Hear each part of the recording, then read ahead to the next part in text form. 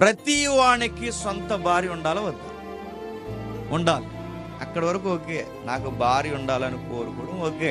కానీ పొరుగోడు భార్యను కోరుకోవడం దురాశ.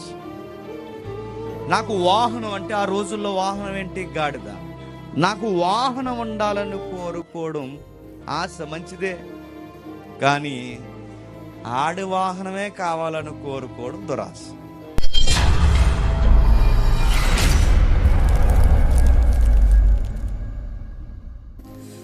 దురాశను గురించి మనం మాట్లాడుకుంటాం.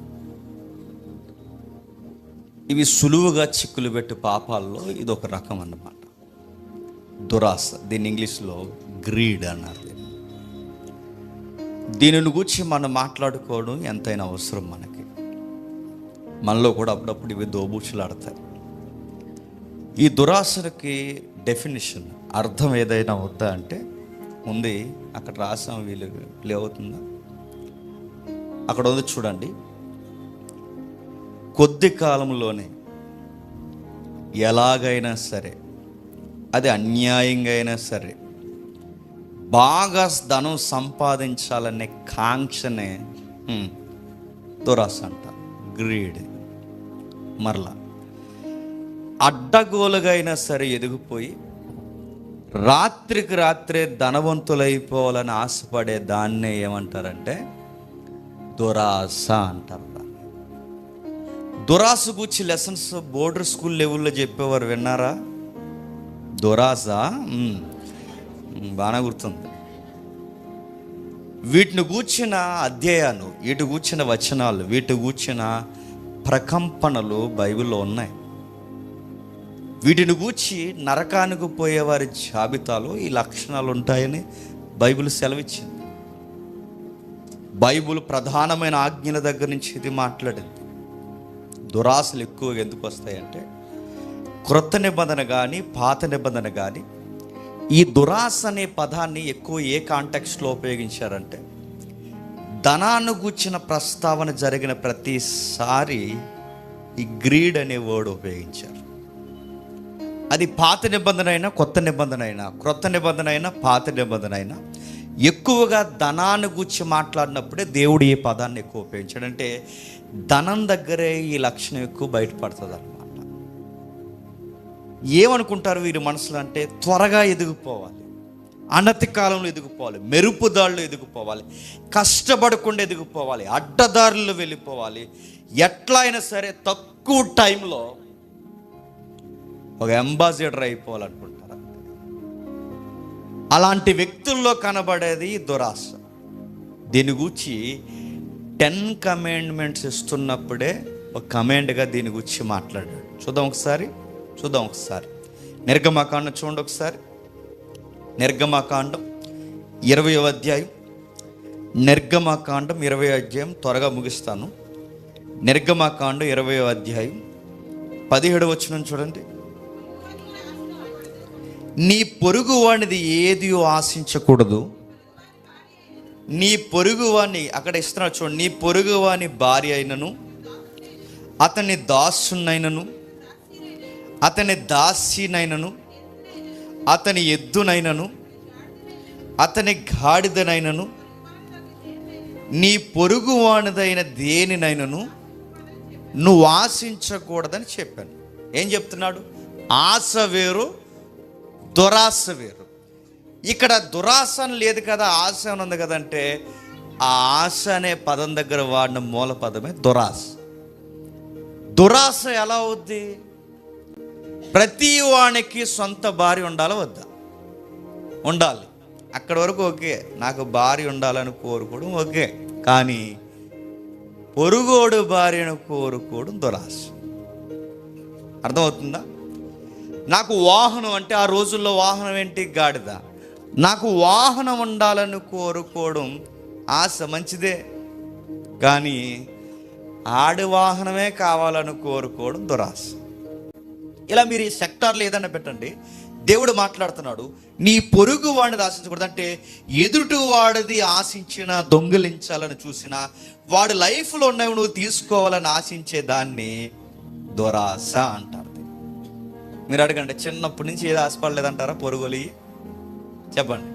కణిక పొలాలు తీసేశారు, లబ్బర్లు తీసేస్తాం. ఈ స్టేజ్లోంచి ఉందా మనకు దురాశ. బాక్సులు ఏంటవి, కంపస్ బాక్సులు దాచేస్తాం. ఇంకేమన్నా చెప్పండి, స్కేళ్ళు దాచేస్తాం, అసైన్మెంట్ నోట్స్లు దాచేస్తాం. నేను దాచేస్తాను, నాకు తెలుసు. నిజంగా రాయలేక ఆ ఈక్లీ టెస్ట్లు పెట్టేవారు, రాయడం సరిగ్గా వచ్చి ఫ్రంట్ పేజ్ చింపేసి మన పేరు రాసేసుకునేవారు. ఇలాంటి పనులు మనకి చిన్నప్పటి నుంచి ఉన్నాయంటే ఉన్నాయి. దీన్ని దురాశ అంటారు.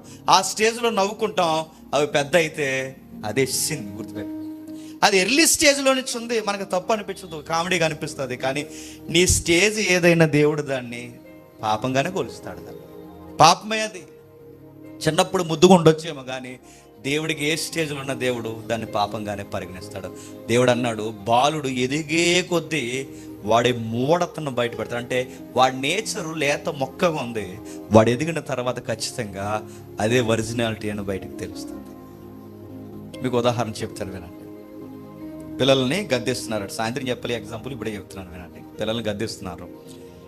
వాల్ పెన్సిల్ తెచ్చేసి, వీళ్ళ రబ్బర్ తెచ్చేసి, అది తెచ్చి ఇది తెచ్చి మొత్తం మీద అవి వీడు దాచేసాడు. పేరెంట్స్ కంప్లైంట్ చేస్తారు యాజమాన్యం, మీ వాడు అన్ని దాచేస్తున్నాడండి, అన్ని దొంగ బుద్ధులు వచ్చాయి వీడికి, కొంచెం మీరు గద్దించాలి, మా భయం వీడికి ఎలాగా లేదంటే అప్పుడు వీళ్ళ నాన్న వచ్చేమనాలి, ఏం పనురా ఏళ్ళు ఎరగొట్టేస్తాను అనాలా? అలా అనలేదట్రా, నాకు చెప్పాలి కదరా తెద్దును అన్నాడు. దీన్ని భయం చెప్పడం అంటారా? ఎలా ఉందో తెలుసా? వీళ్ళ బాబుకు కూడా అయ్యే బుద్ధుల్లో ఉంది. అదే ఎంకరేజ్మెంట్ ఇస్తున్నట్టు, చెప్పాలి కదరా అంటే, రే తప్పురా, నీకు కావాలంటే నన్ను అడగరా అని చెప్పాలి. నాకు చెప్పాలి కదరా తీసుకోవద్దునంటే, అంటే ఇది తప్పు కాదా? చెప్పడం కూడా రాదా వాళ్ళ కంటే? రాదు. అందుకే మనకి ఈ స్టేజ్ నుంచి మనకి దురాశను గురించి ఎలిబరేట్గా చెప్పేవాళ్ళు లేరు గనకే మనం చేసేవి కూడా తప్పు కదా. అందుకే బైబిల్ అడుగడుగునా మాట్లాడింది, ఆది కాండంలోనే మాట్లాడింది, నిర్గమాకాండంలోనే మాట్లాడింది, పంచగ్రంథాల్లోనే మాట్లాడింది. దురాశ అన్ని విధాల కీడులకు మోహం. ఎక్కడుంది ఆ పదం? తిమోతికి రాసిన మొదటి పత్రిక చూడండి. తిమోతికి రాసిన మొదటి పత్రిక కొన్ని కేటగిరీస్ ఇచ్చాడు అక్కడ. తిమోతికి రాసిన మొదటి పత్రిక 6వ అధ్యాయం. తిమోతికి రాసిన మొదటి పత్రిక 6వ అధ్యాయం 9వ వచనం చూడండి. ధనవంతులగుటకు అపేక్షించువారు శోధనలోను ఊరిలోను అవివేకయుక్తులను హానికరములైన అనేక దురాశలలో దురాశ అనే పదం ఎక్కువ ఎక్కడ వాడుతున్నాడు చెప్పండి? ధనం దగ్గర వాడుతున్నాడు. ధనవంతులగుటకు అపేక్షించువారు అనేకమైన దురాశల్లో పడతారు, వాళ్ళకి అవివేకమైన పనులు చేస్తారు. చూసారు మీరు? బెట్టింగ్ యాప్స్ అంటున్నారు. ఎందుకు బెట్లు కాస్తున్నారా? రాత్రి ఇన్ని డబ్బులు వచ్చేయాలి. మీసో ఆసో అని చెప్పి ఎవడో ఫోన్ చేస్తాడు, ఆడో సో వేస్తాడు మనకి. అందులో జాయిన్ అయితే ఈ పర్సంటేజ్ మీరు బాగా ఎక్కువ షాపింగ్ చేస్తారు, అందుకే మీకు ఆఫర్ వచ్చింది, మీకు మెసేజ్ పంపుతాం, దాన్ని క్లిక్ చేసిన తర్వాత మీ ఓటీపీ చెప్పండి అనగానే ఎంత వస్తుంది ఏంటి అని అడిగారట. మీరు ఒక 10,000 షాపింగ్ చేశారు కనుక మీకు 60,000 70,000 వస్తాయంటే, అలా వచ్చేస్తాయంటే నిజం మేడం జీ మీకు వస్తాయి అనగానే నొక్కేసిందంట పిచ్చిది. ఉన్న డబ్బులు పోయాయి. 70,000 ఎత్తాను, 70,000 మొత్తం అకౌంట్లో తీసేసుకున్నాడు. అయ్యో డబ్బులు పోయాని వచ్చింది. ఇప్పుడు ఎవడ చెప్తావు? ఎక్కడ దొరుకుతాడు? ఆడు ముంబై వాడా, ఢిల్లీ వాడా, చైనా వాడా? ఆన్లైన్ దొంగతనాలు అనేవి పట్టుకోవడం చాలా కష్టం. సైబర్ క్రైమ్లో కూడా 24 hours లోపు ఎఫ్ఐఆర్ పడకపోతే నీ జేజమ్మ దిగొచ్చినా నువ్వు పోయిన డబ్బులు మళ్ళీ తిరిగి రావు. నేను సీరియస్గా చెప్తున్నాను. అందుకే వచ్చిన ప్రతిదాన్ని నొక్కకండి. బ్లూ లింక్ వచ్చిందని ప్రతిదాన్ని నొక్కకండి. ఇంకోటి చెప్పిన, ట్రూ కాలర్ త్వరగా హ్యాక్ అవుద్ది. ఇంకోటి చెప్పిన, ఫేస్బుక్ మెసెంజర్ కూడా త్వరగా హ్యాక్ అవుద్ది. ఇవి సైట్లు హ్యాక్ అయ్యే సైట్లు ఇవి. మరో చెప్పిన కొన్ని ఉన్నాయిలండి, కొన్ని ఉంటాయి. ఆ లింక్స్ మీకు ఇస్తే త్వరగా హ్యాక్ అయిపోతాయి. ఫోన్ చాలా డెడ్ ఈజీ హ్యాక్ అవడం. ట్రూ కాలర్లో వాళ్ళ పేరేటో చూసేద్దాం అనుకుంటాను, నువ్వేటో చూసేద్దాడు ఆతులాడు, గుర్తెట్టుకో. చాలా ఈజీ. ప్రతి లింకులు నొక్కడం. ఇదిగో దురాశలు అంటే అడ్డగోలుగా ఎదిగిపో. ఏదో ఒక ఆఫరు ఈ మధ్యకాలంలో చెప్తున్నారు, ఇంటికాడ ఖాళీగా ఉంటే ఏం చేయాలి నాకు ఆ ఊసిపోవట్లేదు, ఖాళీగా ఉండే బదులు డబ్బులు సంపాదించవచ్చు కంటే హౌ ఎలా అని అడిగారట. అడిగితే అప్పుడు చెప్పారు, రమ్మరమ్మి ఆడకపోయావా అన్నారట. రమ్మరమ్మి ఆడితే వచ్చేద్దా? మామూలుగానే పేకాట ఆడితే డబ్బులు పోతాయి. అలాంటి పేకాట నువ్వు మొబైల్లో ఆడితే నువ్వే పోతావు గుర్తెట్టు. ఇవన్నీ దురాశ. జోదాల వల్ల ఎదిగారన్న వాళ్ళని ఒకరిని చూపించండి. ఈడు జోదాల వల్ల ఈ బంగ్లా కొనడం చూపించండి. ముందు 10 వస్తుంది, ఆశగా ఉంటుంది, తర్వాత 20 పోతుంది, తర్వాత 20 వస్తుంది, ఆశగా ఉంటుంది, తర్వాత 50 పోతుంది. చివరికి పోయింది ఎలా తెచ్చుకోవాలో తెలియక అప్పు చేస్తావు, ఇంట్లో చెప్పలేక సూసైడ్ చేస్తావు. తమ్ముడు ఒకరోజు ఎగ్జాంపుల్ చెప్పాడు విన్నారా? మీరు చాలా ఉదాహరణలు మీరు చూస్తున్నారా? జోదాలాడి త్వరగా ఎదిగిపోవాలంటే కష్టపడరు. చక్కగా ఇలాంటి షెడ్లో ఎక్కడ దగ్గర కూర్చొని మొక్కలాట్లు ఆడతారనమాట. అంటే రాత్రి ఎదిగిపోవాలి. ఎలా ఎదిగిపోతావు? అడ్డగోలుగా ఎలా ఎదిగిపోతా అంటే ఈ దుర్మార్గమైన ఆలోచనలే మనుషుల్ని చెరిచేస్తాయండి, పాడు చేసేస్తాయండి, చచ్చిపోతారు చివరికి. అవివేకమైన పనులు. ఆ మధ్యకాలంలో చెప్పేవారు, ఆయన కూడా చచ్చిపోయాడు అనుకుంటా, అగ్రిగోల్డ్ ఈనాడు కదా, చనిపోయాడు ఆయన. అగ్రిగోల్డ్ తెక్కట్టేసేవారని అందరూ తెలివైన వాళ్ళే. ఆ రోజుల్లో అందరూ తెలివైన వాళ్ళే, మనమే తెంగరోళ్ళు. అందరూ తెలివైన వాళ్ళే. అగ్రిగోల్డ్, అయ్యో మీరు అగ్రిగోల్డ్ కట్టలేదా? కట్టలేదండి. కట్టండి, గోల్డ్ అయిపోద్ది లైఫ్ అన్నారు. అగ్రిగోల్డ్ అగ్రిగోల్డ్ అగ్రిగోల్డ్ అగ్రిగోల్డ్ అగ్గేసి వెళ్ళిపోయారు. ఏది రోల్ గోల్డ్ అయిపోయింది. ఇది అగ్రిగోల్డ్. ఏది అగ్రిగోల్డ్ లేదు, గోల్డ్ కట్టించుకున్న వాళ్ళు లేడు, రామోజీ లేడు. ఇప్పుడు ఆ అకౌంట్స్ ఎవరు జవాబు దానికి? ఇప్పుడు ఎవరు చెప్తారు? ఒక మాట గుర్తుపెట్టుకోండి, యథార్థంగా రెక్కల కష్టాన్ని నమ్ముకున్నవాడు గుప్పెడే మెతుకులు తిని ఆనందంగా ఉండగలడు. గుర్తుపెట్టుకోండి. నువ్వు సంపాదించినది నువ్వు యథార్థంగా సంపాదించి దేవుడి మీద అనుకుంటే నీ సంపాదన, మళ్ళీ చెప్తున్నాను, దేవుడు చెమ్మట కూడా పట్టనవ్వకుండా కాపాడుతాడు.